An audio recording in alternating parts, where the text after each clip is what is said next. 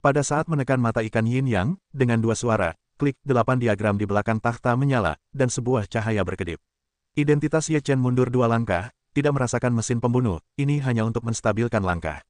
Setelah 8 diagram menyala, dinding di belakang takhta tiba-tiba terbelah, dan beberapa dinding dan takhta mulai berputar, dan tampilan putaran 90 derajat berhenti. Memang ada ruang rahasia. Mata Ye Chen cerah dan segera membiarkan tubuhnya yang terpisah berjalan ke rumah harta karun. Setelah Ye Chen terpisah ke dalam ruangan, dinding tertutup lagi. Ada banyak mutiara cerah di rumah harta karun, yang membuat seluruh ruang harta karun terang. Kemudian Ye Chen berbalik dan meraba-raba sebentar di dinding di belakangnya. Dia tidak menemukan tombol untuk keluar. Dia berkata dengan suara dingin, apa maksud pendeta Tao ini? Ingin menahanku di sini juga. Ye Chen membelah tubuhnya untuk menjalankan kekuatan abadi, dan membombardir dinding, hanya mendengar suara, bang, sebuah kekuatan memantul keluar, dan meninggalkan Ye Chen yang terbelah kembali. Dinding itu memiliki ketahanan sedemikian rupa sehingga dapat memantulkan kembali semua kekuatan dan membuat penyerang melawan serangan. Ye Chen terkejut. Untungnya, dia telah bersiap sejak lama, tetapi dia dipisahkan ke dalam rumah harta karun. Kalau tidak, dia benar-benar terperangkap di dalamnya dan tidak bisa keluar. Ye Chen tidak peduli apakah dia bisa keluar. Pertama, aku akan melihat harta apa yang ada di dalam harta karun ini. Sekarang di depannya ada tangga turun, di bawah cahaya mutiara yang terang, tangga itu terang, meninggalkan pagi menuruni tangga, dan segera sampai ke ujung. Di ujung bawah, ada ruang besar. Ada mutiara malam yang sangat besar di dalamnya, yang menerangi seluruh rumah harta karun. Segala sesuatu di dalamnya dapat dilihat dengan jelas. Ye Chen melihat ada lekukan di dinding rumah harta karun, dan beberapa kotak indah diletakkan di lekukan tersebut. Mereka tinggal di botol-botol kecil dan labu. Di sisi lain dinding, ada bingkai senjata, yang dilengkapi dengan lebih dari 10 senjata, pisau, senapan, pedang, palu, del, yang sebagian besar adalah senjata yang umum digunakan. Itu memang rumah harta karun, tetapi belum pernah dikunjungi. Ye Chen terkejut, dan panennya besar. Ye Chen pertama-tama berjalan ke tempat senjata, dan mengambil pedang emas dengan tangannya. Pedang itu tampak sangat agresif. Saat Ye Chen menariknya keluar, itu adalah pedang yang ganas dan tajam. Meskipun ini tidak sebanding dengan harta orang-orang Tao Zixu, itu juga harta setingkat Daluo Jinxian. Mata Ye Chen bersinar, dan dia bisa melihat apa yang diletakkan pendeta Tao di sini. Dapat dilihat oleh harta karun Luo Jinxian yang besar, itu bukanlah hal yang umum, setidaknya dapat layak untuk putra Taois virtual seperti yang kuat. Ye Chen mengambil pedang emas itu, dan kemudian melihat senjata lainnya satu persatu. Senjata-senjata ini sangat berharga. Ada banyak senjata di sini. Ye Chen sudah mendapatkan metode distribusi. Ketika Huan Tianyu dan Huan Tianyu bersama, sisanya akan diserahkan kepada harimau terbang dan yang lainnya yang belum bangkit. Kemudian Ye Chen pergi ke alur-alur itu untuk melihat, lalu mengambil labu emas, mengocoknya beberapa kali. Ada sedikit suara di dalamnya, jangan berpikir, itu pasti pil dan sebagainya. Ye Chen melihat sebuah catatan kecil di alur tempat labu emas itu ditempatkan, yang ditulis dengan kata-kata Xianyang dan. Ternyata ada Xianyang dan. Ye Chen mengambil labu emas itu, dan kemudian, tanpa kesopanan apapun, mengumpulkan semua botol dan kaleng di alur itu. Pada saat yang sama, aku juga sengaja melihat kertas kecil di alur untuk memastikan apa yang ada di dalamnya. Dalam waktu singkat, Ye Chen telah mengosongkan barang jarahan di dalamnya, dan kemudian dia bisa mengumpulkan semua senjata. Sekarang rumah harta karun itu kosong. Bahkan jika seekor tikus masuk, ia akan berteriak. Ye Chen memperkirakan secara kasar bahwa sebagian besar dari mereka adalah pil dan obat-obatan perih, dan tingkat kualitasnya relatif tinggi, ada penyembuhan, kultivasi, dan peningkatan kekuatan tempur, del. Ye Chen, yang berada di luar rumah harta karun, berjalan ke singgasana, menekan mata ikan yin dan yang di singgasana, dan 8 diagram menyala. Singgasana berputar lagi. Ye Chen memisahkan diri darinya. Taois virtual putra ini benar-benar dapat memainkan perhitungan tujuan yang sama. Sayangnya, sempoa ini salah, ingin menjebakku. Itu hal yang fantastis. Ye Chen akan membelah tubuhnya, lalu mengambil sekantong penuh barang bagus, menyeringai. Kemudian, Ye Chen meninggalkan aula utama dan kembali ke gua. Hantu Tao Zixu melihat Ye Chen kembali. Ada sedikit keterkejutan di matanya. Sebelum dia mengatakan apapun, Ye Chen berkata dengan dingin, Taois Zixu, apakah menurutmu aku tidak akan melepaskanmu jika aku mendapatkan harta karun itu? Jadi kamu ingin menahanku di rumah harta karun, melihat begitu banyak harta karun, tetapi tidak ada tempat untuk menggunakannya. Taois Zixu sedikit mengubah pandangannya, dan Ye Chen melanjutkan, sayang sekali kamu tidak pandai menghitung. Aku lupa memberitahumu, aku bisa memisahkan diri. Ye Chen selesai mengatakan itu, tiba-tiba, dua tubuh terpisah, 3 Ye Chen muncul di depan Taois Zixu. Wajah Taois Zixu menjadi sangat terkejut, apakah ini kombinasi Sanxing? Apakah kamu murid Sanxing Xianzong? Ye Chen tidak menyangkal atau mengakuinya, dan berkata, aku akan mengambil semua harta karunmu, dan aku akan menganggapmu sebagai sisa. Apa? Taoist Zixu terkejut. Sebelum pendeta Tao Zixu sempat bereaksi, kekuatan jiwa Ye Chen melesat ke masa lalu, membentuk mulut berdarah dan menelannya ke arah pendeta Tao Zixu. Jiwa sisa pendeta Tao Zixu ketakutan dan meraung untuk melawan. Namun, jiwa sisa pendeta Tao Zixu terikat pada rantai perak dan sama sekali tidak bisa melawan. Dia hanya bisa dilahap dan dimurnikan oleh kekuatan jiwa Ye Chen. Tidak, pendeta Tao Zixu meraung. Ye Chen mengabaikannya begitu saja, memejamkan mata, mengoperasikan roh kitab suci kuno, untuk memperluas kekuatan jiwa, memurnikan jiwa sisa pendeta Tao Zixu. Jiwa sisa pendeta Tao Zixu terus-menerus berputar dan berjuang untuk membuat rantai perak hancur dan terus memikirkannya. Setelah beberapa saat, jiwa sisa pendeta Tao Zixu menjadi semakin lemah, dan dia tidak memiliki kekuatan untuk melawan. Dia harus menunggu Ye Chen untuk memurnikannya secara perlahan. Jiwa pendeta Tao Zixu sendiri relatif kuat, tetapi terperangkap oleh rantai perak, jadi tidak ada kekuatan cadangan untuk berpindah tangan. Ye Chen menyerap jiwa sisa yang begitu kuat, dan jelas merasakan kekuatan jiwanya telah meningkat pesat. Meskipun dia hanya memiliki kekuatan 2 tingkat abadi, saya khawatir kekuatan jiwanya hampir sama dengan Xuan Xian. Ye Chen benar-benar menyempurnakan kekuatan jiwa Tao Zixu, dan melihat rantai perak itu. Luo Yinjin adalah hal yang baik pada hari ini.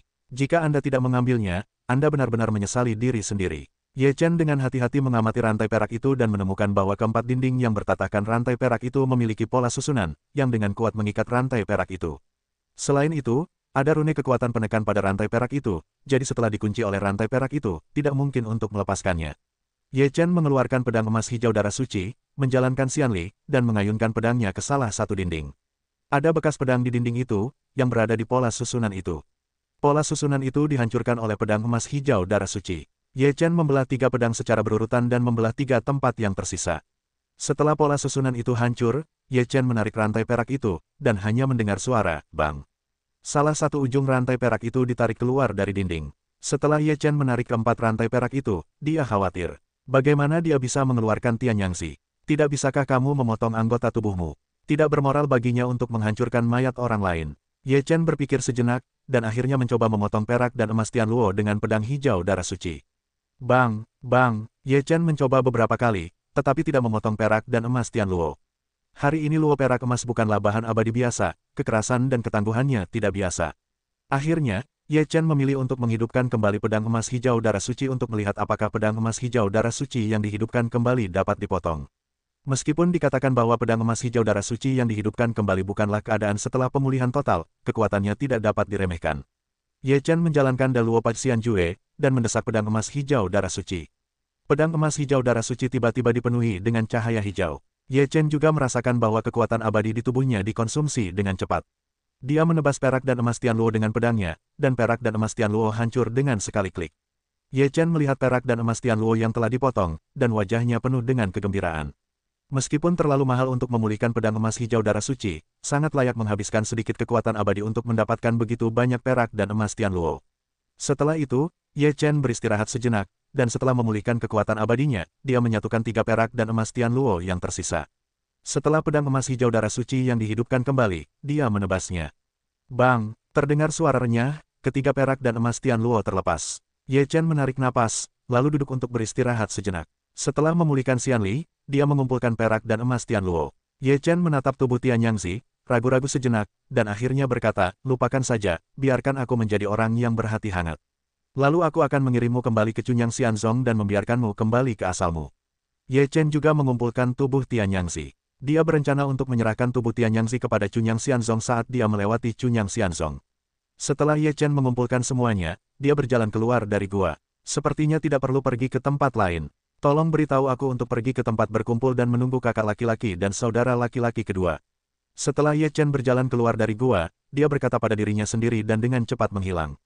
Tempat pertemuan ketiga orang Ye Chen berada di pintu keluar tempat rahasia itu. Ye Chen datang lebih dulu dan menunggu cukup lama sebelum melihat saudara-saudara Huan datang. Melihat ekspresi Huan Tianxiong dan Huan Tianyu, mereka pasti tidak mendapatkan apa-apa. Saudara ketiga, apakah kamu sudah menemukan sesuatu? Huan Tianxiong menatap Ye Chen dengan mata penuh harap dan bertanya. Ye Chen menoleh dan berkata, aku beruntung, sudah panen, dan barang yang kuterima tidak sedikit. Huan Tianxiong dan Huan Tianyu tercengang ketika mendengar ini, lalu menatap Ye Chen dengan penuh harap dan bertanya, apa yang sudah kamu temukan? Senyum misterius Ye Chen membuat saudara-saudara Huan cemas. Hal baik apa yang sudah mereka temukan? Aku sudah menemukan rumah harta karun tempat rahasia ini, kata Ye Chen misterius. Huan Tianxiong dan Huan Tianyu sama-sama terkejut. Huan Tianxiong berkata dengan tidak percaya, tempat rahasia ini sudah dikunjungi oleh banyak orang. Apakah rumah harta karun itu belum ditemukan? Ye Chen berkata sambil tersenyum, apakah kamu tahu siapa yang membuka tempat ini? Siapa? Seorang pria kuat bernama Tao Zixu, aku menemukan sebuah gua secara tidak sengaja, dan aku mempelajari semua ini. Ye Chen tersenyum, lalu menceritakan semuanya kepada saudara-saudara Huan. Setelah mendengar penuturan Ye Chen, saudara-saudara Huan terkejut. Mereka tidak menyangka bahwa ada masa lalu seperti itu. Setelah Ye Chen selesai berbicara, dia mengeluarkan beberapa ramuan dan eliksir, lalu mengeluarkan lebih dari selusin senjata. Dia berkata, ini adalah bagian dari pil. Ambillah, kakak laki-laki dan saudara laki-laki kedua. Pilih 1 atau 2 dari 10 senjata ini. Huan Tianxiong dan Huan Tianyu benar-benar bodoh. Senjata-senjata itu dikumpulkan oleh Daluo Jinxian. Tingkat harga mereka terbukti dengan sendirinya. Kakak ketiga, kita telah menghasilkan banyak uang. Huan Tianyu berkata dengan beberapa pasang surut di dadanya. Ye Chen berkata sambil tersenyum, tidak hanya untuk menghasilkan banyak uang, tetapi tidak mungkin untuk memiliki harta seperti itu bahkan jika itu adalah makhluk abadi kelas 1. Semua saudara Huan tertawa, lalu Huan Tianxiong memilih tombak perak, yang terbuat dari perak dan emas Tianluo. Ada ukiran naga melingkar di atasnya. Seluruh senjata itu tampak seperti naga perak yang berputar-putar. Ada juga 2 karakter yang diukir di badan senjata ini, tombak naga. Huan Tianxiong menarikan tombak naga. Setelah beberapa saat, cahaya perak tiba-tiba muncul, dan seluruh senjata itu tampak hidup. Seperti naga perak, ada semburan suara nyanyian naga. Itu sangat kuat, senjata yang bagus. Huan Tianxiong penuh kegembiraan dan sangat puas dengan senjata itu. Huan Tianyu memilih sebilah pedang, yang hitam seperti tinta. Ketika dia mencabut pedang itu, dia mendapati bahwa pedang itu telah terpotong. Tidak ada cahaya, pedang itu tampak biasa saja, tetapi retakannya rata dan tak tertandingi, seolah-olah pedang itu hanya memiliki bagian seperti itu. Jika tidak ada keberhasilan besar, Ye Chen tiba-tiba menyadari dan berkata pada dirinya sendiri. Ketika Huan Tianyu mendengar ini, dia mengerti sesuatu saat itu. Dia berkata, pedang ini tidak memiliki nama. Di masa depan, pedang itu akan disebut bilah patah. Jika daceng tidak lengkap, sepertinya pedang itu tidak lengkap. Pedang itu memiliki arti lain. Kakak laki-laki dan kakak laki-laki kedua tidak lagi memilih satu. Ye Chen bertanya sambil tersenyum. Huan Tianxiong berkata, ini adalah saudara ketiga yang kamu temukan sendirian, dan hampir menemui bahaya. Kami sangat senang mendapatkan harta karun setingkat Daluo Jinxian. Bagaimana mungkin kami dengan rakus menginginkan lebih? Ya, terlebih lagi, kami sudah mendapatkan beberapa pil, yang sangat berharga. Huan Tianyu juga berkata dengan puas. Kalau begitu, aku akan menyimpannya. Ye Chen tidak berpura-pura, karena senjata-senjata ini juga ditinggalkan untuk Flying Tiger dan Liu Piaoyue. Setelah Ye Chen mengumpulkan barang-barang itu, dia berkata, mari kita kirim mayat Yang Zi ke Cunyang Xianzong hari itu.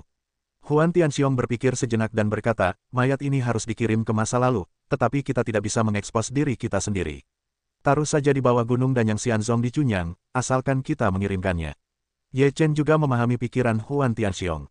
Jika dia berhubungan dengan orang-orang Cunyang Xianzong, tidak dapat dihindari bahwa beberapa hal terkadang tidak dapat dijelaskan dengan jelas.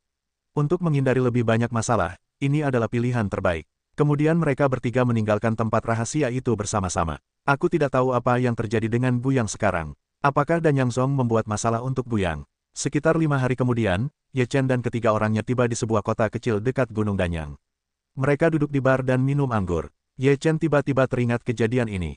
Jika klan Danyang benar-benar terpecah, maka keluarga Yao tidak akan melewatkan kesempatan seperti itu, kecuali mereka cukup bodoh sampai batas tertentu. Huan Tianyu berkata sambil minum anggur. Ye Chen berkata sambil tersenyum, di sini lebih dekat ke Danyang Zong, haruskah ada berita yang tersebar? Tidak dekat sini, kita akan pergi ke kota Danyang di luar gunung Danyang sebentar lagi. Di mana kita bisa mendapatkan berita terbaru tentang Sekte Danyang? Huan Tianxiong berkata sambil tersenyum. Setelah minum di pub, ketiganya meninggalkan kota dan menuju kota Danyang. Kota Danyang adalah kota paling makmur di Tianyuanzu. Karena dekat dengan Danyang Zong, jumlah orang kuat di kota Danyang juga sangat mengerikan. Ada juga aula Danyang di kota Danyang, dan skalanya lebih besar dari kota Baidi. Di seluruh kota Danyang, hanya ada satu aula Danyang yang menjual pil dan peri. Karena, dengan aula Danyang seperti itu, di mana toko lain yang membeli dan menjual pil dan peri bisa berjualan. Oleh karena itu, di kota Danyang, skala aula Danyang sangat besar. Selama itu adalah pil dan peri yang Anda inginkan, tidak ada yang tidak dapat Anda temukan di aula Danyang kota Danyang. Ye Chen 3 orang memasuki kota Danyang, melihat pemandangan yang ramai di kota Danyang. Ketiga orang itu seperti roti tanah dari pedesaan ke kota, melihat sekeliling, merasa bahwa semua yang ada di depan mereka relatif segar. Sebenarnya, ada sekelompok 10 orang lemah di kota dan hanya ada satu dari mereka yang lemah di kota Yang. Seru Ye Chen, ada banyak pil untuk menarik orang-orang kuat ini. Tidak hanya orang-orang kuat di Tianyuanzu yang tertarik ke sini, tetapi bahkan orang-orang kuat dari benua lain juga tertarik ke sini. Secara alami, tempat ini telah menjadi titik kumpul orang-orang kuat. Kata Huan Tianxiong, konon, aula Danyang di kota Danyang sangat besar. Ayo kita pergi dan melihatnya. Kata Huan Tianyu dengan penuh minat. Huan Tianxiong dan Ye Chen juga tertarik padanya. Aula Danyang di kota Baidi sudah sangat mengerikan. Seberapa makmur aula Danyang yang dibuka di kaki Danyang Song. 3 orang di sepanjang jalan, setelah beberapa saat bertanya, juga tahu arah aula Danyang, berjalan tidak lama kemudian, melihat loteng yang sangat besar. Hanya ada 3 lantai di loteng ini, tetapi setiap lantai sangat tinggi. Ketika 3 orang Ye Chen datang ke sini, mereka mendengar bahwa aula Danyang ini tidak biasa. Meskipun hanya ada 3 lantai, setiap lantai dibagi menjadi 3 tingkat kecil, artinya, totalnya ada 9 lantai. Terlebih lagi, dari luar, meskipun aula Danyang tidak terlalu besar, tetapi begitu Anda masuk ke dalam, Anda akan menemukan bahwa aula itu terlalu besar untuk Anda bayangkan. Ye Chen 3 orang di jalan mendengar kata-kata ini, di dalam hati gatal, sekarang melihat aula Danyang di depan mereka, 3 orang juga tidak sabar untuk masuk. Ketika berjalan ke lantai pertama, 3 orang Ye Chen tercengang. Begitu mereka memasuki pintu, mereka melihat ruang melingkar yang sangat besar. Ada banyak toko di dalamnya. Setiap toko adalah monopoli. Ada ratusan toko, besar dan kecil. Para biksu penuh dengan biksu, yang hanya merupakan pasar dalam ruangan. Aula Danyang di kota Danyang benar-benar tidak sebanding dengan aula Danyang lainnya. Ye Chen menarik napas dalam-dalam dan terus berjalan ke arahnya. Memberitahu pembeli di mana mereka berada di atas toko-toko dan memberitahu mereka di mana mereka berada. Setelah mengunjungi lantai pertama selama beberapa saat, Ye Chen menyadari bahwa semua benda di lantai pertama adalah pil dan peri yang paling umum. Diperkirakan pil di lantai pertama disempurnakan oleh beberapa murid sekte Danyang, dan level serta kualitasnya tidak terlalu tinggi. Bagi Ye Chen, yang telah memiliki banyak pil berkualitas baik, pil-pil ini hanya dipandang sebelah mata. Ayo pergi ke lantai 2 dan lihat seperti apa lantai 2 itu. Kata Ye Chen, sebenarnya, secara tegas, itu seharusnya menjadi lapisan kedua dari lapisan pertama. Saya memperkirakan bahwa di lantai pertama, tidak ada pil yang sangat bagus, yang tidak disempurnakan oleh alkemis tingkat master. Kata Huan Tianxiong. Ye Chen berkata sambil tersenyum, bagaimana pil di atas tingkat master bisa dijual di sini. Bahkan jika Anda ingin menjualnya, mereka setidaknya berada di lapisan ketiga, atau tidak ada pasar untuk mereka. Sambil berbicara, mereka pergi ke lantai 2. Tidak ada batasan di lantai 3 lantai pertama. Mereka bisa masuk dan keluar sesuka hati. Setelah mereka sampai di lantai 2, jumlah orang di lantai 2 sedikit berkurang, tetapi tidak terlalu ramai. 3 orang berbalik. Kualitas pil lapis kedua sedikit lebih baik, dan harganya sedikit lebih mahal, jadi jumlah orangnya sedikit lebih sedikit. Pergi ke lantai 3. Tidak ada obat yang bagus di istana dan Huan. Setelah ketiganya mencapai lantai 3, pil di sini sedikit lebih tinggi. Pil-pil itu seharusnya dibuat oleh beberapa murid yang sangat baik. Ye Chen melihat bahwa pintu masuk ke lantai 2 dijaga, yang menunjukkan bahwa memasuki lantai 2 memerlukan identitas dan sumber daya keuangan tertentu. Ye Chen masih lebih tertarik pada lantai 2. Dia pergi ke pintu masuk lantai 2. 2 orang yang menjaga pintu masuk segera menatap Ye Chen. Salah satu dari mereka berkata, tolong tunjukkan identitasmu atau buktikan sumber daya keuanganmu. Ye Chen berkata sambil tersenyum, aku akan bertanya apa lantai 2 dan 3. 2 biksu muda di pintu masuk memperhatikan Ye Chen dengan saksama. Mereka dapat melihat bahwa Ye Chen belum pernah ke sini, dan bahwa Ye Chen bukanlah orang kaya. Salah satu dari mereka berkata dengan nada menghina, tidak perlu berkomentar, hanya saat kau naik ke atas. Ye Chen melihat ekspresi menghina mereka dan tahu apa yang dipikirkan orang-orang ini. Namun, dia tidak marah. Dia masih berkata sambil tersenyum, apa syarat yang kalian butuhkan untuk naik ke sana? Kekuatan untuk mencapai alam Xuanxian, sumber daya keuangan setidaknya dapat mencapai 100.000 batu abadi. Pria yang menjaga pintu masuk berkata, saya pikir sebaiknya kalian berbalik di lantai pertama. Ye Chen berkata sambil tersenyum, meskipun saya belum mencapai tingkat Xuanxian, tetapi saya seharusnya masih dapat mencapai kekuatan keuangan ini. Orang-orang yang menjaga pintu masuk tercengang sejenak. Mereka semua menatap Ye Chen dengan sedikit perbedaan. Warna gelap di mata mereka penuh dengan ketidakpercayaan. Kalau begitu tunjukkan uangmu. Salah satu dari mereka berkata. Ketika Ye Chen hendak memamerkan sumber keuangannya, Huan Tianxiong dan Huan Tianyu datang. Huan Tianqiu berkata, kakak ketiga, kami tidak ingin naik ke lantai 2. Kami tidak punya cukup sumber keuangan sekarang. Pria yang menjaga pintu masuk kehilangan kesabarannya ketika mendengar ini. Dia mengusir Ye Chen, tidak ada uang untuk memasang apapun di sini.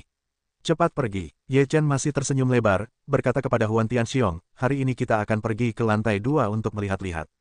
Huan Tianxiong dan Huan Tianyu sama-sama tercengang. Kemudian dia melihat Ye Chen mengeluarkan tas surga dan bumi dan membukanya untuk orang-orang yang menjaga pintu masuk. Dia berkata, lihatlah baik-baik. Apakah kalian punya sumber keuangan? Salah satu orang yang menjaga pintu masuk melihat dengan ragu, dan kemudian tercengang. Ruang di tas surga dan bumi tidak terlalu besar, tetapi penuh dengan batu roh. Meskipun kita tidak tahu berapa jumlahnya, itu pasti banyak. Ye Chen melihat perbedaan di wajah pria yang menjaga pintu masuk. Dia meletakkan tas berisi surga dan bumi dan berkata sambil tersenyum, bagaimana? Aku tidak tahu apakah aku bisa masuk dengan uang ini. Pria yang menjaga pintu masuk menatap Ye Chen dengan aneh. Kemudian dia menganggukkan kepalanya dan berkata, kamu bisa masuk. Huan Tianxiong dan Huan Tianyu sama-sama agak terkejut. Mereka semua menatap Ye Chen dengan rasa ingin tahu. Mereka benar-benar tidak tahu berapa banyak rahasia yang tidak bisa diceritakan Ye Chen kepada mereka, apalagi berapa banyak batu abadi yang dimiliki Ye Chen. Ye Chen tersenyum kepada mereka tanpa penjelasan, berkata, ayo naik dan lihat apa yang bagus dari lantai 2. Huan Tianxiong dan Huan Tianyu secara alami tidak memiliki pendapat. Mereka juga ingin melihat dan melihat, mereka bersiap untuk naik ke atas. Begitu mereka melangkah, Ye Chen mendengar suara yang dikenalnya dari tangga. Ye Chen tiba-tiba mendongak dan melihat dua sosok di sudut tangga. Salah satunya adalah seorang lelaki tua berambut putih, dan yang lainnya adalah seorang pria parubaya. Setelah Ye Chen melihat lelaki tua berambut putih itu, matanya tiba-tiba menjadi gelap. Lelaki tua berambut putih itu begitu familiar sehingga dia tidak bisa lagi mengenalinya. Pak Tua Guo, Ye Chen hampir berkata begitu. Pak Tua Guo mengatakan sesuatu kepada lelaki parubaya itu. Dia tidak menyadari Ye Chen. Dia mendengar seseorang memanggilnya. Kemudian dia tersadar dan melihat ke bawah tangga. Saat dia melihat Ye Chen, dia tercengang. Ye Chen, Pak Tua Guo terkejut. Guo Chen, aku tidak menyangka kau akan menertawakan lelaki tua itu. Pak Tua Guo juga tertawa terbahak-bahak, berkata, aku juga tidak menyangka, aku bisa melihatmu, nak. Ketika kedua biksu muda yang menjaga pintu masuk melihat betapa familiarnya Ye Chen dengan Pak Tua Guo, wajah mereka penuh dengan kengerian. Mereka tidak percaya bahwa pemuda di depannya sebenarnya adalah teman Pak Tua Guo. Tuan Guo, saya tidak melihat Anda dan Gelao di aula Danyang Kota Bai di sebelumnya. Saya pikir akan sulit untuk bertemu mereka lagi. Ye Chen berjalan menaiki tangga dan berkata sambil tersenyum. Ceritanya panjang. Setelah mendengar ini, Tuan Guo menghela napas, lalu berkata kepada pria parubaya di samping, lakukan apa yang saya katakan. Pria parubaya itu mengangguk, lalu menatap Ye Chen lagi, lalu berbalik.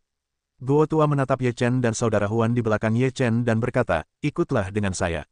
Ye Chen mengangguk, lalu memberi isyarat kepada saudara Huan untuk naik bersama. Guo tua dan Ye Chen langsung memasuki lantai 3, yaitu, sebuah ruangan di lantai 9. Guo tua memberi isyarat kepada Ye Chen untuk duduk, lalu memerintahkan orang-orang untuk membawakan teh. Dia berkata sambil tersenyum, bukankah kamu di Wanxianzu? Bagaimana kamu bisa sampai ke Tianyuanzu? Aku tidak mengejar orang tua itu, kan? Ye Chen berkata sambil tersenyum, aku ingin menyusul orang tuamu, tetapi aku tidak tahu apakah kamu ada di sini. Setelah aku meninggalkan kota Bai di sebelumnya, aku pergi lagi. Akibatnya, aku hampir ditangkap oleh Guyang dan dibunuh. Guo tua tertegun dan berkata, apakah kamu kenal Guyang? Ye Chen berkata sambil tersenyum, tentu saja, Tuan Guo, apakah kamu tahu bagaimana wajah Guyang hancur sebelumnya? Ketika Tuan Guo mendengar ini, dia menebak bahwa itu pasti Ye Chen. Setelah Guyang pergi ke lembah kematian, dia hampir kehilangan nyawanya ketika dia kembali. Meskipun dia selamat, dia juga menghancurkan wajahnya. Gu Tayanlah yang menghabiskan banyak upaya untuk mendapatkan pil pengubah wajah yang efektif dari dokter ajaib. Guyang hanya mengatakan dia menghadapi serangan iblis serigala, tetapi dia tidak mengatakan itu dilukai oleh orang-orang. Guo tua juga memiliki beberapa keraguan, bukankah wajah Gu yang terluka oleh iblis serigala? Bagaimana kamu melakukannya? Apa yang terjadi di sini? Ye Chen berkata sambil tersenyum, itu benar-benar iblis serigala yang membuatnya. Ketika aku berlatih di lembah kematian, aku bertemu orang itu. Orang itu bertemu iblis serigala dan ingin membawa bencana ke timur, tetapi dia bunuh diri. Kupikir dia sudah mati. Ketika aku pergi ke aula Danyang Kota Baidi, aku menemukan bahwa kamu dan Gelao tidak ada di sana, dan seluruh aula Danyang diganti. Aku tahu apa yang seharusnya terjadi. Siapa yang tahu bahwa Guyang bertanggung jawab atas aula Danyang? Jika aku tidak pintar, aku tidak akan melihatmu sekarang. Setelah mendengar ini, Tuan Guo menganggukkan kepalanya dan berkata, anak laki-laki Guyang pantas mendapatkan kejahatannya. Dia meninggal di lembah kematian. Ye Chen menatap Guo tua sambil tersenyum dan berkata, Guo tua, bagaimana keadaan Guyang sekarang? Guo tua melihat ekspresi Ye Chen dan tampaknya sedang mengujinya. Dia merasa sedikit berantakan di dalam hatinya. Dia menyipitkan mata ke Ye Chen dan berkata, apakah kamu tahu sesuatu? Ye Chen berkata sambil tersenyum, baiklah, saya hanya tahu bahwa Guyang ada di kota Baidi. Ini adalah kesempatan yang baik bagi marga pengobatan dari Balai Danyang untuk melakukan sesuatu yang salah. Ketika Ye Chen mengatakan ini, dia mengatakannya dengan suara rendah, takut tembok itu akan memiliki telinga. Setelah mendengar ini, pupil Tuan Guo sedikit mengecil, lalu dia menatap Ye Chen dan berkata, apakah Anda telah merilis berita? Karena saya mengetahui beberapa berita, saya tentu tahu bahwa ini adalah kesempatan bagi Marga Yao, dan kesempatan bagi saya untuk menyingkirkan Guyang. Tentu saja, saya tidak akan melewatkannya. Ye Chen berkata sambil tersenyum. Bagaimana Anda tahu itu? Tuan Guo tidak mengatakan apa itu, tetapi Ye Chen tahu apa yang dia tanyakan. Secara harfiah, dan kemudian menurut situasi internal Sekte Danyang dan faktor-faktornya, Guyang tiba-tiba menjadi orang yang bertanggung jawab atas Balai Danyang. Ye Chen menyipitkan matanya dan berkata sambil tersenyum. Guo Lao menghela napas, anak muda, kamu benar-benar mengerikan. Selama kamu tahu sedikit tentang angin dan rumput, kamu akan buta. Sebenarnya, kali ini aku juga karena alasan Yao Ling. Lagi pula, aku bergaul untuk jangka waktu tertentu. Aku tidak ingin melihat keberhasilan marga non-narkoba. Ye Chen berkata dengan sungguh-sungguh. Guo Lao berkata, kali ini, kamu benar-benar banyak membantu. Sekarang para Zongmen mengambil masalah ini dan menggigit Gutayan, memaksa Gutayan untuk menyerahkan sebagian pengelolaan Aula Danyang. Kalau tidak, aku tidak akan berada di sini sekarang. Ge Lao kembali ke kota Baidi lagi. Ye Chen menunjukkan senyum sinis dan berkata, aku berkata, Guo tua, kali ini aku telah banyak membantumu. Bagaimana kamu bisa berterima kasih padaku? Kamu memiliki kulit yang tebal, aku curiga kamu tahu aku di sini, jadi kamu datang kepadaku untuk meminta keuntungan. Guo tua berkata dengan napas terengah-engah. Ye Chen berkata sambil tersenyum, terserah kamu. Guo dan Fu, tentu saja, kamu tidak bisa begitu pelit dengan obat ketiga. Saya berkata, Tuan Guo, di mana saudara-saudaraku? Bagaimana membagi 2 keping yang sejenis, paling sedikit 3? Ye Chen berkata dengan wajah tertekan. Dan tawar-menawar denganku, apakah ada yang sepertimu? Guo tua berkata dengan senyum masam. Jika tidak ada yang sepertiku, aku akan menjadi yang pertama. Ye Chen tidak peduli. Guo tua berkata tanpa daya, bagus, bagus, bagus, 3 lawan 3. Ye Chen tertawa puas dan berkata, Guo tua masih murah hati. Setelah itu, Guo tua membawa Ye Chen 3 orang untuk memilih pil. Beberapa orang datang ke lantai 2 lantai 3. Ini adalah tempat terbaik untuk seluruh Aula Danyang. Tentu saja, harganya selangit, dan yang terendah adalah 100.000 batu abadi. Mata Ye Chen lurus, pil-pil ini setidaknya peri emas mampu membelinya. Kamu dapat memilih pil sendiri. Aku akan mengirim seseorang untuk menunjukkan jalan kepadamu. Setelah memilih pil, aku akan pergi ke lantai 9. Aku akan menyiapkan jamuan makan dan minum-minum denganmu. Patua Guo berkata dengan ringan. Ye Chen berkata dengan santai, tidak masalah. Kemudian, Tuan Guo memotret seorang wanita muda bersama Ye Chen. Wanita itu berwibawa dan anggun. Dia sangat cantik. Ye Chen berpikir dalam hati, apa yang Tuan Guo inginkan? Mengirim wanita secantik itu untuk menemani kita. Wanita itu tahu bahwa Ye Chen memiliki hubungan yang luar biasa dengan Tuan Guo, jadi dia berkata dengan senyum hangat, merupakan kehormatan bagi saya untuk melayani Anda, 3 tuan muda.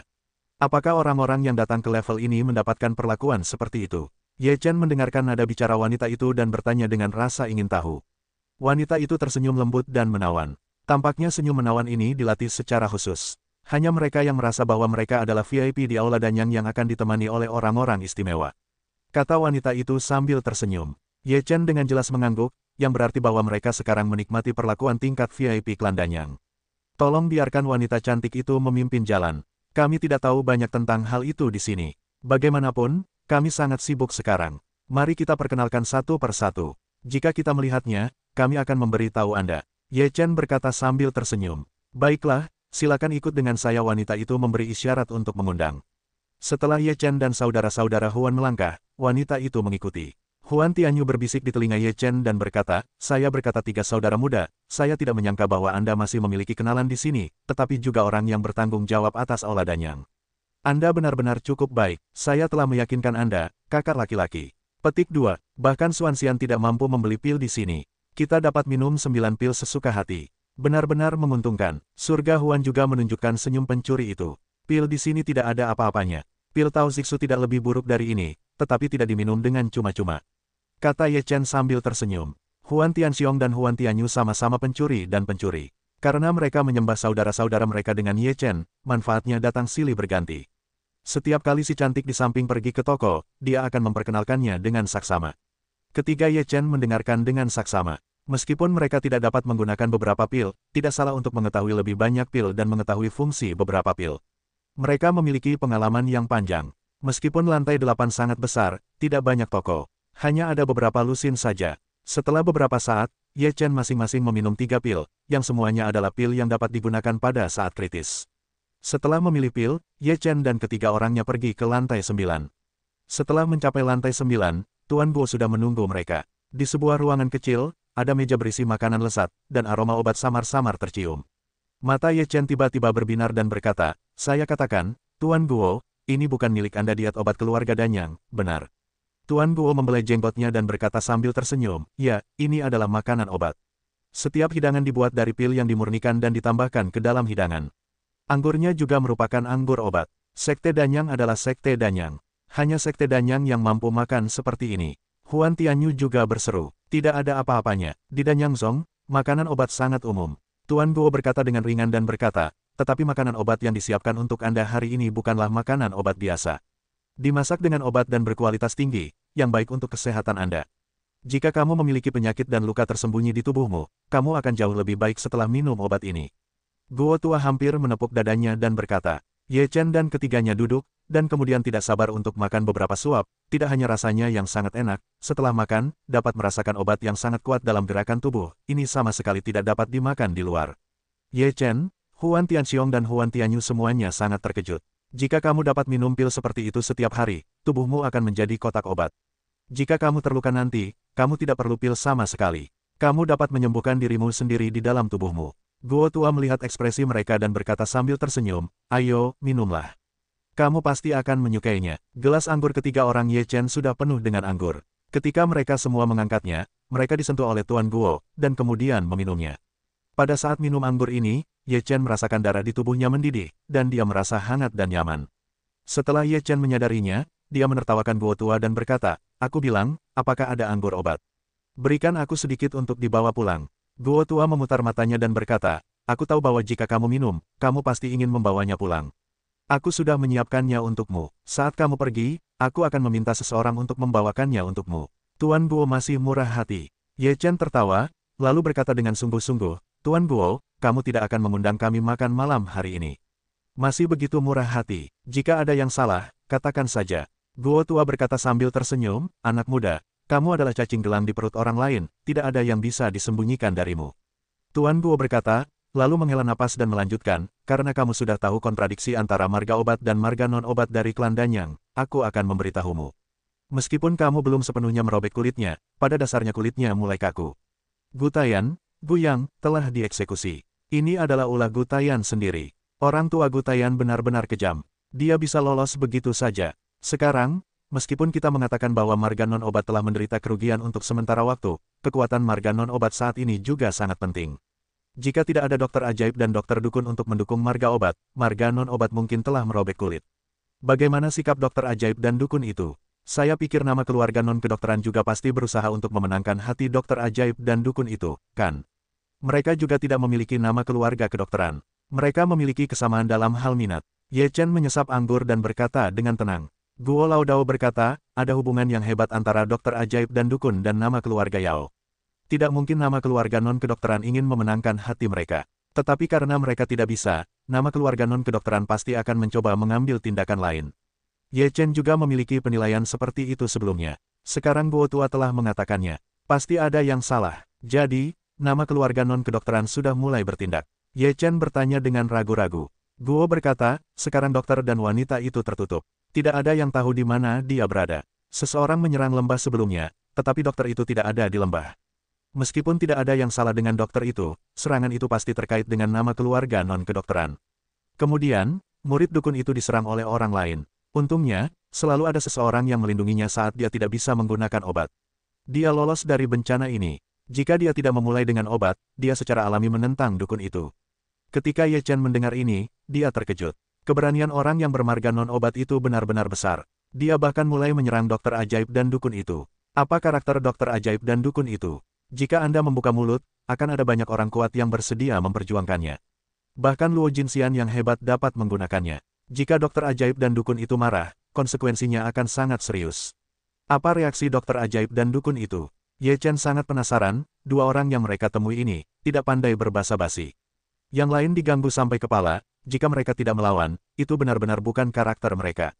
Guo berkata, "Saya tidak tahu apa yang terjadi. Dokter ajaib dan dukun itu tidak ada hubungannya. Biarkan mereka membuat masalah. Apakah ada yang bisa diandalkan? Jika kamu berani menyerang tabib dan dukun seperti ini, apakah kamu tidak takut akan balas dendam setelah kegagalan? Ye Chen bertanya dengan rasa ingin tahu.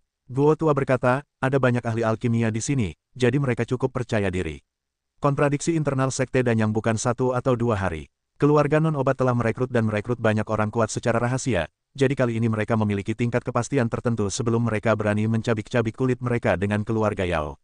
Ye Chen mengerutkan kening dan berkata, apa maksudmu dengan dokter ajaib dan dokter dukun? Apakah kamu ingin memberikan pukulan berat pada Non Yao di saat kritis? Aku tidak tahu. Sekarang, tidak ada yang tahu kemana perginya tabib dan dukun itu, dan mereka tidak dapat dihubungi dengan nama keluarga pengobatan. Guo tua menggelengkan kepalanya, tampak tidak berdaya. Sikap tabib dan dukun itu tidak jelas. Mereka tidak memiliki dasar dalam hati mereka. Setelah memikirkannya, Ye Chen kembali tersenyum dan berkata, Guo tua, aku tidak tahu apa yang ingin kau katakan kepadaku. Apa yang bisa kulakukan untukmu? Maaf, aku tidak dapat membantumu karena kemampuanku yang terbatas. Ye Chen berkata bahwa di hadapannya, dia adalah seorang abadi dan orang luar. Bagaimana dia bisa berperan dalam pertikaian internal Sekte Danyang? Itu bukan lelucon. Guo Lao menghela nafas dan berkata, aku tahu kau tidak dapat membantu, tetapi kau pintar. Aku ingin kau menganalisis situasi saat ini dan apa yang harus dilakukan. Ye Chen merasa lega ketika mendengar ini. Dia menyesap anggurnya dan berkata, menurut informasi yang kau berikan, menurutku, sekarang ini ada di sekitar para tabib dan dukun. Mereka adalah kuncinya. Nama keluarga non-obat sudah mengambil tindakan, tetapi dukun tabib belum menanggapi, yang membuatmu tidak jelas apa yang mereka pikirkan, kan? Oleh karena itu, kau juga khawatir bahwa tabib dan dukun akan disatukan dan dibunuh hidup-hidup. Akibatnya, nama keluarga tabib akan kehilangan ketergantungan terbesarnya dan menjadi sangat pasif. Ye Chen berhenti sejenak dan berkata, apakah itu yang selalu ingin kau ungkapkan? Ya, bagaimana menurutmu? Guo tua mengangguk dan bertanya. Ye Chen berkata, menurutku, Sekte Danyangmu seharusnya sangat jelas tentang orang macam apa mereka. Aku tidak mengenal mereka, jadi tidak mudah untuk membuat penilaian apapun. Tetapi aku tahu bahwa Yao Ling akan memainkan peran yang sangat penting dalam proses ini. Nona, Guo tua tertegun sejenak, lalu bereaksi kepadanya dan berkata, maksudmu Nona tertua adalah murid dari tabib ajaib, jadi tabib ajaib itu mendukung marga tabib karena hubungan ini. Ye Chen menganggukkan kepalanya sedikit dan berkata, ini adalah salah satu faktor yang tidak dapat mewakili semuanya. Karena pertentangan antara marga tabib dan marga non-tabib sudah ada sejak lama, marga non-tabib pasti telah memanfaatkan tabib ajaib dan dukun. Jika mereka ingin mengkhianati marga tabib, mereka pasti telah mengkhianatinya. Jika mereka tidak berkhianat saat itu, mereka tidak akan berkhianat sekarang. Petik 2. Menurut situasi saat ini, jika tidak ada yang salah dengan Yao Ling, maka tabib ajaib dan dukun itu tidak akan mengkhianati marganya. Ye Chen menatap Guo tua dan berkata dengan pasti. Guo Lao menghela napas dan berkata, semuanya tidak jelas, semuanya tidak baik untuk disimpulkan. Tuan Guo, kalau begitu, tidak ada gunanya bagimu untuk mengkhawatirkan hati ini sekarang. Lagi pula, ini semua tentang kelas atas Sekte Danyang. Tidak peduli seberapa besar kamu mengkhawatirkannya, kamu tidak dapat memainkan peran. Ye Chen menyesap anggur dan berkata dengan santai. Guo tua terkekeh pahit, dia hanyalah seorang alkemis biasa dari Sekte Danyang. Sekarang di usianya ini, dia mengelola aula Danyang. Dia tidak dapat ikut campur dalam beberapa urusan internal Sekte Danyang. Baiklah, berhenti membicarakannya, minumlah. Guo tua juga mengesampingkan hal-hal rumit ini dan berkata sambil tertawa. Benar sekali, ayo minum. Ye Chen mengangkat gelasnya dan berkata sambil tersenyum. Kemudian, beberapa orang minum satu cangkir sekaligus. Tuan Guo tampak lega, tetapi dilihat dari jumlah minumannya, dia benar-benar khawatir. Setelah 3 kali minum, kekuatan anggur obat itu meningkat, dan beberapa orang juga mabuk, jadi mereka tidak melanjutkan minum. Tuan Guo mengatur tempat tinggal untuk Ye Chen dan Ye Chen tertidur dengan tenang. Keesokan paginya, ketika Ye Chen bangun, mereka semua dipanggil untuk sarapan bersama. Sarapannya adalah bubur obat, dan beratnya tidak banyak. Namun setelah menghabiskan semangkuk kecil, tidak ada yang bisa memakannya, karena efek obatnya terlalu kuat dan tubuh tidak tahan. Setelah sarapan, seorang wanita datang sambil tersenyum dan memegang 3 botol anggur di tangannya. Kemudian dia berkata dengan hormat, 3 orang dewasa. Ini adalah anggur obat yang disiapkan oleh Tuan Guo untuk 3 orang dewasa. Tuan Guo ada sesuatu yang harus dilakukan untuk kembali ke Danyang. Ye Chen berkata sambil tersenyum, terima kasih banyak. Wanita itu tersenyum sopan dan kemudian keluar dari ruangan. Setelah wanita itu pergi, Ye Chen berkata, mari kita makan 3 saudara laki-laki, 1 botol untuk masing-masing. Anggur ini memang bagus, tetapi jumlahnya terlalu sedikit. Huan Tianxiong berkata sambil tersenyum, ini benar-benar terlalu sedikit, tetapi lebih baik tidak minum terlalu banyak. Jika kamu minum terlalu banyak, kamu tidak akan merasa aneh. Lebih baik meninggalkan beberapa pikiran. Ayo pergi ke Gunung Jiuyang dan kirim kembali tubuh Tianyangsi. Ngomong-ngomong, ada tempat rahasia untuk dimasuki di rumah Xian Yuan. Ye Chen berkata dengan ringan. Huan Tianxiong dan Huan Tianyu keduanya mengangguk, lalu mereka meninggalkan Aula Danyang dan langsung pergi ke rumah Xian Yuan. Gunung Danyang tidak jauh dari Gunung Jiuyang. Menurut kecepatan Ye Chen, itu adalah perjalanan sekitar 7 atau 8 hari. Ketiga orang Ye Chen pergi jauh-jauh ke Gunung Jiuyang tanpa henti. Pada hari ke-8, mereka telah tiba di kota Jiuyang di luar Gunung Jiuyang. Gunung Jiuyang di luar kota Jiuyang bukanlah Gunung Jiuyang yang sebenarnya. Gunung Jiuyang yang sebenarnya sepenuhnya terhalang oleh kubah langit Cunyang Xianzong di kota Jiuyang, sambil melihat ke arah Gunung Jiuyang berkata. Ye Chen berkata, jika kita ingin memberikan tubuh Tianyangzi kepada Cunyang Xianzong, kita hanya dapat menemukan seorang murid Cunyang Xianzong di sini. Huan Tianyu menganggukkan kepalanya dan berkata, mudah ditemukan. Murid-murid Cunyang Xianzong sering datang ke kota Jiuyang, jadi kita bisa menemukan murid-murid Cunyang Xianzong setelah sedikit bertanya. Ketiga orang di kota Jiuyang pertama kali berbalik, untuk memahami situasinya, omong-omong untuk meminta beberapa informasi. Di restoran, ketiga Ye Chen mendengar bahwa akan ada pelelangan di kota Jiuyang 3 hari kemudian. Ada banyak hal baik dalam pelelangan itu. Bahkan murid-murid Cunyang Xianzong akan datang untuk berpartisipasi dalam pelelangan itu.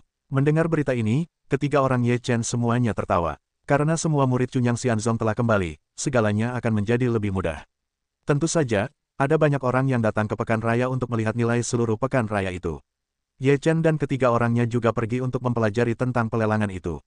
Lelang ini tampaknya cukup istimewa. Rumah lelang itu mempublikasikannya setengah bulan yang lalu, setidaknya seluruh rumah besar Xian Yuan sudah mengetahuinya. Rumah lelang itu merilis berita bahwa kali ini akan ada lelang harta karun tingkat peri emas. Berita inilah yang telah menarik banyak perhatian orang. Begitu harta karun itu berada di level keabadian emas, harta karun itu langka bagi banyak biksu. Selama biksu di bawah garis emas ingin memilikinya, tiga orang Ye Chen di kota Jiuyang mengamati bahwa ada semakin banyak biksu di beberapa restoran dan kedai teh, dan banyak dari mereka yang sangat berkuasa. Tampaknya mereka datang untuk pelelangan. Pada hari ketiga, Ye Chen sudah tiba di rumah lelang. Ada banyak orang di pintu rumah lelang. Mereka semua masuk dengan tertib. Setelah beberapa orang Ye Chen mengikuti, mereka menemukan bahwa seluruh rumah lelang berbentuk setengah lingkaran. Seluruh rumah lelang dapat menampung ribuan orang. Tidak lama setelah pintu rumah lelang dibuka, banyak orang masuk. Tidak ada seorang pun di baris pertama. Bahkan di baris kedua dan ketiga, hanya ada sedikit orang yang duduk. Sebagian besar orang duduk di belakang baris keempat. Mereka yang datang lebih awal akan duduk di depan dan mereka yang datang kemudian secara alami akan duduk di belakang. Bahkan jika Anda tidak dapat membeli harta karun, Anda akan puas setelah melihatnya dari dekat. Ketiga orang Ye Chen duduk di tengah baris ke-6. Tak lama setelah mereka duduk, semua kursi di baris ketiga rumah lelang itu pada dasarnya sudah penuh. Kemudian, baris pertama sudah mulai terisi. Yang pertama duduk di baris pertama adalah seorang pemuda kurus. Pemuda itu mengenakan jubah merah, sebagian rambutnya berwarna merah menyala, seperti api. Ini Wu Heng dari Cunyang Xianzong. Seseorang di rumah lelang itu melihat pemuda berjubah merah menyala itu duduk di baris pertama dan berbisik. Ya, dia peringkat ketiga di Cunyang Xianzong, yang sangat kuat. Apakah kalian melihat rambut merah di kepalanya? Dikatakan bahwa dia memiliki konstitusi khusus dan sangat cocok untuk berlatih kitab suci yang murni. Apakah rambut merah itu hasil dari berlatih kitab suci yang murni? Tentu saja, atau siapa yang terlahir dengan rambut merah. Dikatakan bahwa jika dia berlatih kitab suci yang murni hingga mencapai kepenuhan yang luar biasa, rambutnya akan jatuh ke dalam api, yang sangat mengerikan. Beberapa orang berbisik-bisik di sekitar Ye Chen. Ketiganya mendengarkan. Kakak, apakah kamu kenal Wu Heng? Ye Chen menatap Huan Tianxiong dan bertanya. Huan Tianxiong berkata, aku pernah mendengar beberapa murid terkenal dari 7 keluarga abadi dan 6 keluarga abadi di negeri dongeng. Wu Heng benar-benar luar biasa. Meskipun sekarang hanya yang ketiga, dia memiliki potensi besar dan mungkin akan melampaui Liang, yang nomor 1 dalam waktu dekat. Setelah mendengar ini, Ye Chen berkata sambil tersenyum, jika ada rumor seperti itu di tubuhnya, dia tidak takut dengan apa yang ada dalam pikiran kakak seniornya Liang. Tentu saja, akan ada ide, tetapi Liang juga orang yang sangat sombong. Secara alami, dia meremehkan melakukan sesuatu yang tidak biasa. Itu akan kehilangan identitasnya dan membuat orang merasa takut. Kata Huan Tianxiong. Ye Chen mengangguk dan berkata, sepertinya lebih tepat untuk menyerahkan tubuh Yangzi kepadanya hari ini. Kakak ketiga, bagaimana kamu akan memberikan tubuh itu kepada Wu Heng? Kamu tidak dapat memberikannya kepada Wu Heng secara langsung. Huan bertanya. Ye Chen tersenyum dan berkata, biarkan aku yang melakukannya. Huan Tianxiong tidak banyak bertanya. Ye Chen lebih stabil dalam segala hal yang dilakukannya, dan dia lebih tenang. Selama obrolan, ada banyak orang di baris pertama. Orang-orang di baris pertama semuanya adalah orang-orang dengan prestasi besar. Tentu saja, kebanyakan dari mereka adalah murid Cunyang Xianzong. Tentu saja, peringkat kekuatan mereka di bawah Wu Heng. Baris kedua dan ketiga adalah tuan dari beberapa sekte atau beberapa orang besar di rumah besar Xian Yuan. Bagaimanapun, kekuatan mereka ada di sekitar Xuanxian, dan tidak ada dari mereka yang melampaui Xuanxian. Setelah tempat itu penuh, pelelangan dimulai. Untuk pelelangan ini, ketiga Ye Chen tidak terlalu tertarik, barang-barang milik mereka yang baik jauh lebih baik daripada harta emas. Namun, bagi kita semua, hal-hal ini cukup bagus. Setiap lelang juga bagus di alam abadi. Harga lelang telah meroket ke langit, dan banyak orang membuat wajah merah. Setelah perjuangan yang sengit, permainan terakhir akhirnya tercapai. Wanita muda yang bertanggung jawab atas lelang di atas panggung berkata sambil tersenyum, lelang berikutnya adalah tungku kuali, yang merupakan harta karun tingkat abadi emas, dan tungku kuali masih utuh. Harga awal adalah 5 juta batu abadi, dan harga setiap penawaran tidak boleh kurang dari 500.000 batu abadi. Kuali itu berbentuk emas gelap, yang tidak jauh berbeda dari yang biasa. Itu tidak terlihat seperti harta karun abadi emas yang sangat halus. Itu seharusnya hanya harta karun abadi emas biasa. 5 juta batu abadi, hanya harga awal membuat banyak orang menyeringai pahit. Diperkirakan mereka tidak akan pernah melihat begitu banyak batu abadi dalam hidup mereka, apalagi mengeluarkannya. Ye Chen juga mengepulkan asap dari sudut mulutnya. Ini hanya harga awal, dan setiap penawaran tidak boleh kurang dari 500.000 batu abadi. Orang-orang biasa ini tidak mampu membelinya, jadi mari kita lihat. Setelah wanita muda itu mengutip harga, aula pertemuan menjadi sunyi dan sunyi. Semua orang saling memandang. Butuh beberapa saat bagi seseorang di baris pertama untuk menawar harga 5,5 juta. Yang pertama berbicara, dan kemudian seseorang mengikuti, 6 juta, 7 juta. Semua orang sangat berhati-hati, tidak berani melaporkan harga tinggi. Lagi pula, setiap kali Anda membuka mulut, itu adalah 500.000 batu abadi. Mereka yang mampu meminta harga semuanya berasal dari harta abadi emas. Mereka harus dipersiapkan dengan baik, dan itu tergantung pada pemenangnya. 8 juta. Setelah 7 juta memanggil, ada ledakan keheningan. Ketika wanita muda itu mengatakan yang kedua kalinya, seseorang langsung memanggil 8 juta. Itu adalah pemimpin sekte Yunyang. Dia bahkan meneriakkan 8 juta yuan. Benar-benar kehilangan banyak darah. Tidak ada harta karun abadi emas di sekte Yunyang, tetapi jika Anda ingin memiliki harta karun abadi emas, Anda akan memiliki keyakinan yang cukup. Tetapi saya tidak bersalah. Saya tidak bisa berhasil jika membayar harga tinggi. Seseorang berkata sambil mencibir. Arti dari ini juga sangat jelas. Ada banyak orang yang menginginkan tungku kuali saat ini, tetapi harganya terlalu tinggi. Jika tidak dilelang, itu pasti tidak akan menyerah.